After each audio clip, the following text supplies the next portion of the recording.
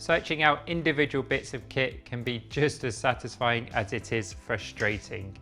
But where things get really exciting is when you start to match up all the individual components to get everything dialed perfectly.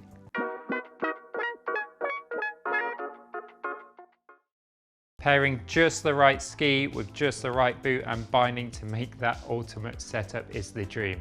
And part of this process is technical, making sure all the components are compatible with one another.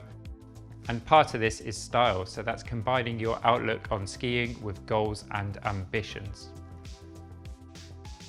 Let's look at the technical elements first then. And nearly all skis will accept pretty much any type of binding. The interface for most bindings is simply a set of screws drilled into the ski. The exception being the skis with an integrated rail system. These are less common these days, but some piste skis will still have a rail system and will need to be paired with the correct binding, obviously. Assuming you don't choose a rail system, then in theory you can mount a race ski with a pin binding or a Skimo ski with a big 18 DIN metal alpine binding. However, you might get some pretty funny looks on the lift line. The boot and binding interface is where things get a little more complex.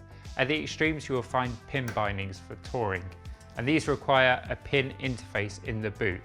Traditionally, these would only be found on dedicated touring boots. However, you can now find pin compatibility on alpine and crossover boots, and this gives you more flexibility in choosing if you want to use the boot for, say, pure downhill, resort downhill, or touring. And then on the other end, traditional alpine bindings will only accept traditional alpine boot soles. In the middle, you're now seeing most alpine bindings having the adjustability to take both the standard soles and the newer Gripwalk soles. So once you have a grasp of the technical requirements for a setup, it's then down to your personal ski style, goals and ambitions. For most, it is simply creating a setup that follows a similar theme throughout, both in terms of weight and ski category. For instance, if you just want to ski the piste, then you can go for a piste ski, alpine binding and alpine boot. It's that simple.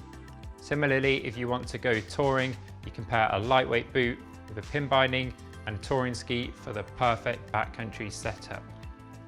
Where more thought is involved is in that middle ground. If you want to ski the whole mountain, then you've got a huge range of combinations of skis, boots and bindings depending on the style and the weight.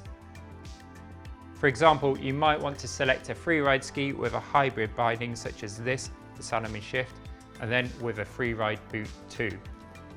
This will cover you for anything that you'll find in resort, plus you'll have the option to start touring beyond the lifts if you want to. And this is the one setup to rule them all. So I hope you found this ski workshop video useful. If you do have any questions on skis, boots and bindings, then pop a comment down below and I'll try to answer it as soon as possible. And if you're ready to grab yourself a setup, then head over to our friends at Surf Dome. I'll pop a link down below. See ya.